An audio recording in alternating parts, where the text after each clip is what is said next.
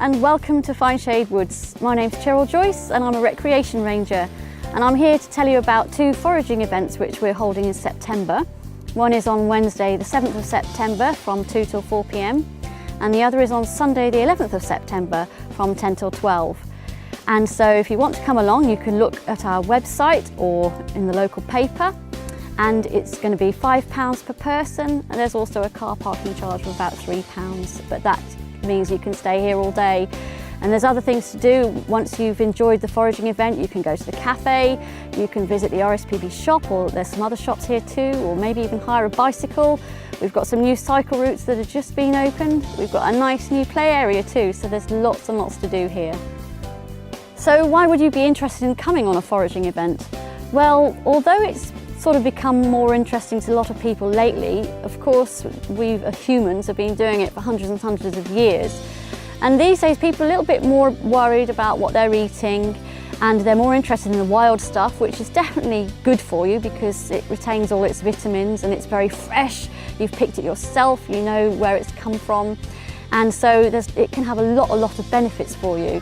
And it's just great fun because you are out and about in the fresh air with your family, you're learning about the wildlife and all the colours that are out there, the fresh air, the exercise you get, and the hours go by and you just feel really absorbed and you learn something new every time. It's just a fascinating subject.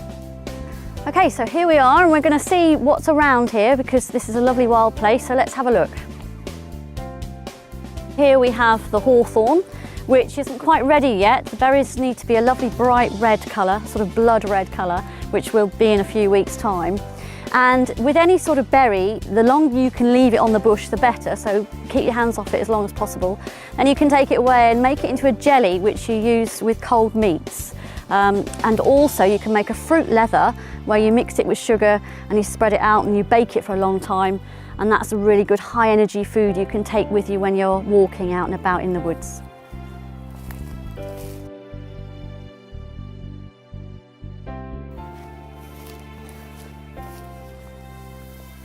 Now, what we've got here is some yarrow. Now this is a really good plant that you can make into a tea because we all need to have a drink, and this is quite a nice pleasant tasting drink. And it's also good for you. And one of the properties it has is that if you've got a fever, it makes you sweat, so it brings out the fever. And so you might want to take this, or just take it for its pleasant taste, or maybe mix it with a bit of peppermint that also grows wild in the woods, or from your garden even. So some people forage purely for food, which is fine. Other people forage for things that have medicinal properties, and it's easier than maybe going to the pharmacy, and you know it's going to be good for you too. Now this is a beauty. This is elderberry, and the elder is a wonderful plant because it has these wonderful white frothy flowers in spring, which now it's coming into autumn turn into these deeply purple berries. And they're full of vitamin C, fantastic to make into jams and chutneys and jellies. You can put them in pies with apple. And these are ripe because they're just, as you can see, they're starting to come off now. But you have to be selective when you pick because one that's on the same plant is nowhere near ripe. So make sure you just pick the very ripest of berries and you can make yourself some really delicious food with that.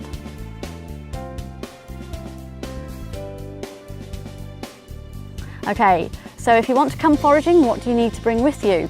Well, I suggest you have a pair of strong boots and some clothes according to what the forecast is telling you the weather's going to be like. Apart from that, if you're going out on your own in particular, you'd need a couple of books to tell you what you're looking for. And one thing that's very important when you're foraging is that you can identify stuff, because you don't want to be picking stuff that's going to irritate your skin or poison you. So a good flower book is a good idea. Also, if you're into the fungi, this is quite a tricky subject and I would definitely recommend you have an expert with you, but if you want to do some studying, get a book about fungi.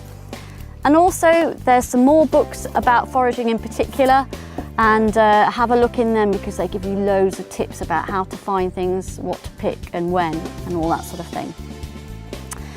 And so when you've done your foraging, you can make a whole host of things, and I've got a few things here that I've made already. You can make jams from all the berries that are out there in September. You can make cordial, which you dilute with water and have a drink with. And just over here I've got one of my favourites which is elderflower cordial as opposed to the elderberry cordial, and you can see I've nearly finished that because it's so delicious.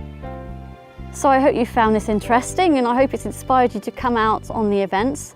And also, if you do come to the woods, you're going to see things like wild animals and birds, and there's loads and loads to do here, and it's just a great way to come out for the day with your family.